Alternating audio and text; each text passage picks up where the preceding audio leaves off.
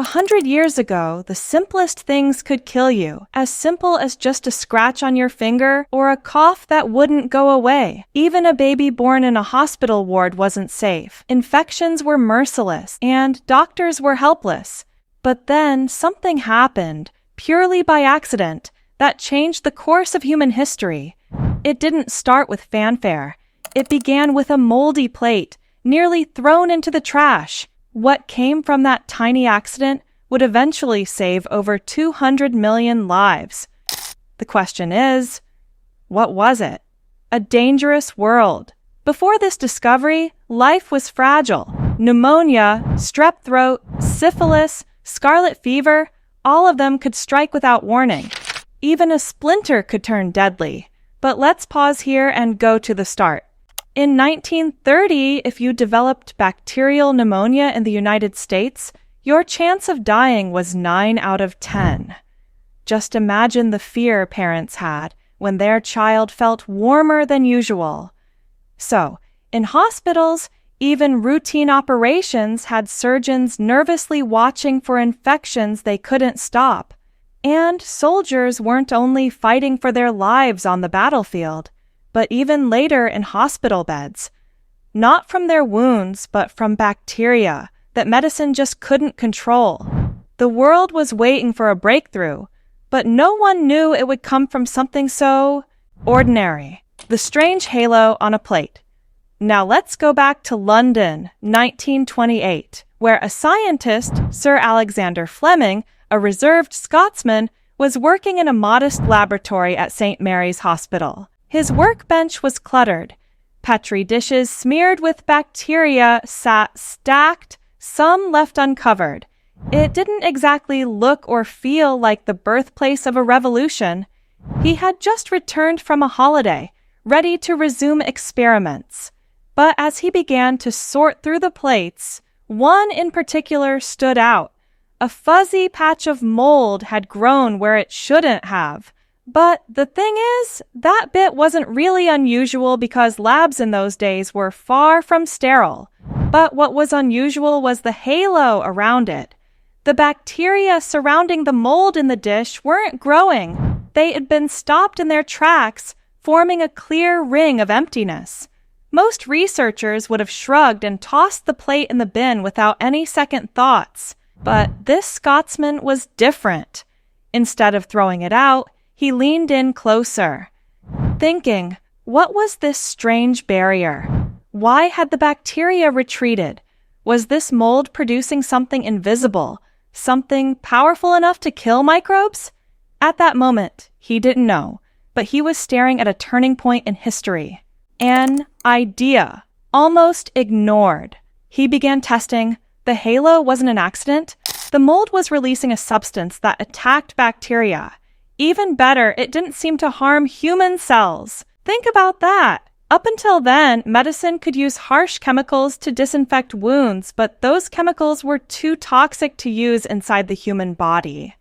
So, the thought came that what if this mysterious substance could fight infection inside a body safely?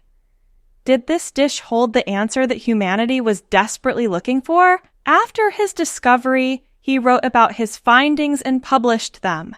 But here's the twist. Barely anyone batted an eye. It felt as if the world wasn't ready. Why? Well, the substance was unstable, hard to extract, and it didn't always work. So, Fleming let go of studying it in 1931. And for nearly a decade, this discovery sat in the background, unappreciated, waiting for the right people to notice. History could have forgotten it, but war and desperation would change everything. The reveal. Penicillin. But what was this secret mold that held the promise of health? Well, it was the first true antibiotic, the first ever medicine that was capable of killing bacteria from within the body without harming the patient. You probably have heard of it, penicillin. But naming the antibiotic was only the beginning because turning it into a usable drug would be quite the challenge. It would require one of the greatest scientific and industrial efforts of the 20th century, which is where the Oxford team steps in. Nearly 8 years after the discovery, a team at Oxford University picked up the abandoned idea.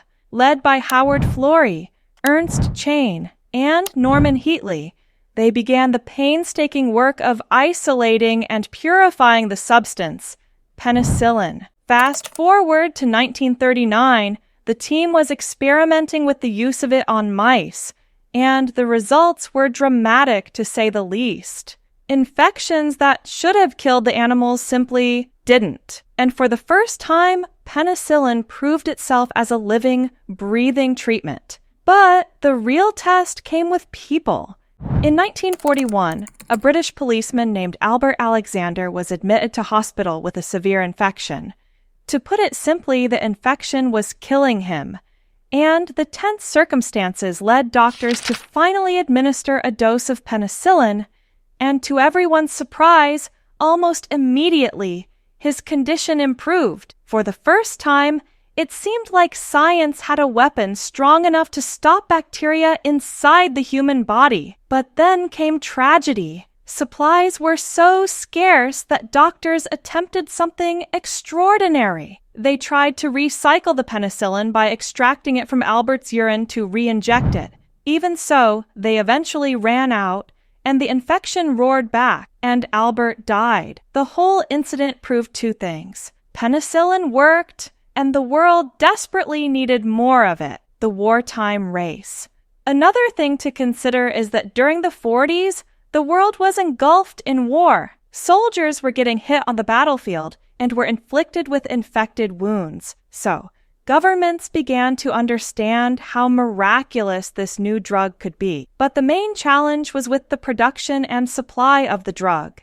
The Oxford team could only make tiny amounts, and if penicillin was to save lives on a mass scale, the industry had to step in. In the United States, laboratories and pharmaceutical companies were pulled together into one of the greatest crash projects in history. The problem, however, was that the penicillin mold was really stubborn.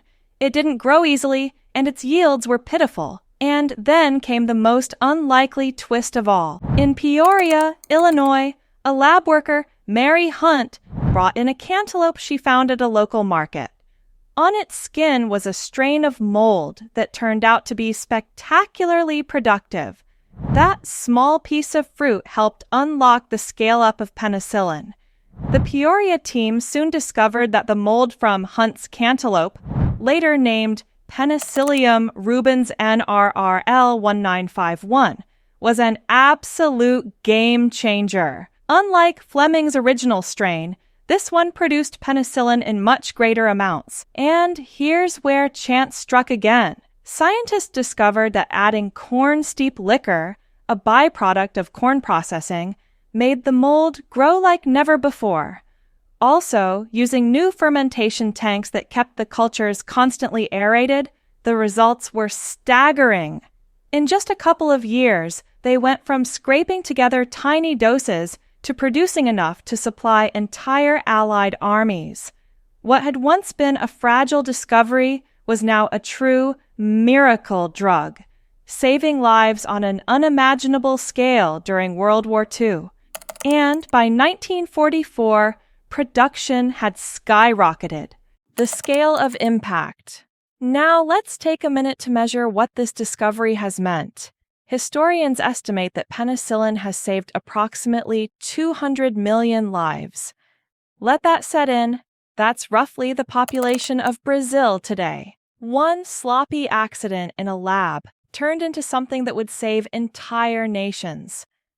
Suddenly, infections that used to be death sentences, pneumonia, rheumatic fever, and blood poisoning, started losing their grip. Women were surviving childbirth when infection used to be the silent killer. And finally, surgeons could operate without the same dread that their patient might survive the knife, but not the fever that followed. So, it's not an exaggeration to say that the age of modern medicine began at the discovery of penicillin. But as with any new discovery, this one came with its own set of challenges. Resistance.